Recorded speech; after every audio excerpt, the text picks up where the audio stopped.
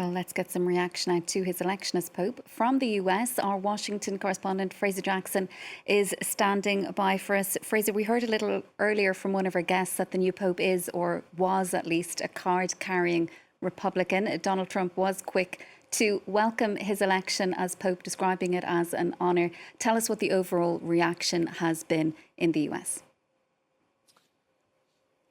Well, it should be noted that he may not be a card-carrying Republican because actually Illinois doesn't require party affiliation. You can vote in various different primaries. So all we know is that he voted in the Republican primary in the previous election, but that doesn't necessarily mean he is a Republican. Of course, we saw a lot of people who are Democratic voters traditionally voted in primaries to try to out-primary Donald Trump. So quick point of clarification there. But yes, there has been congratulations from Donald Trump. He took to Truth Social immediately after the announcement was made. He said, "Congratulations to Cardinal Robert Francis Prevost, who was just named Pope.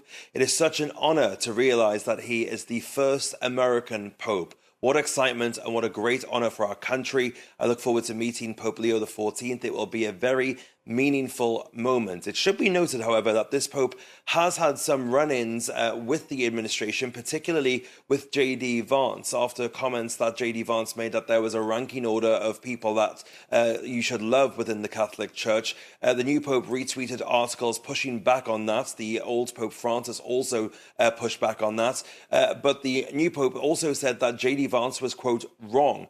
He's also, in the past, that we have found out from deep diving on his Twitter, which a lot of people have been doing here in the United States to get a better idea of who he is and what he believes in. Well, they found reposts of articles that lambasted Trump's, quote, anti-immigrant rhetoric as dangerous back in 2015. He also reposted messages about the death penalty, migrant deportations, and Congress's inaction on gun laws after deadly shootings as well. One right-wing conspiracy theorist called Laura Loomer, who also has Donald Trump's ear, even went so far as to call him a Marxist Pope.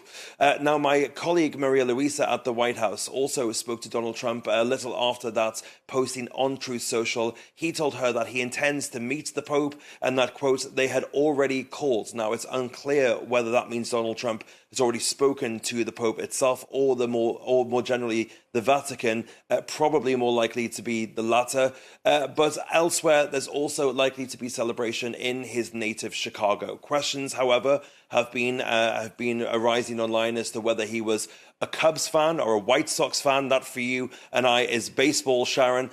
Cubs have praised his appointment, even putting his name on the billboard at their legendary stadium, Wrigley Field. But that's proven to be premature. His brother has spoken to local outlets and cleared up that the Pope actually is a lifelong White Sox fan. Not that that really means much to me. Fraser, thanks so much for all of that sporting affiliation, perhaps more important even than his political affiliation. Well, that's Fraser Jackson reporting from us from Washington.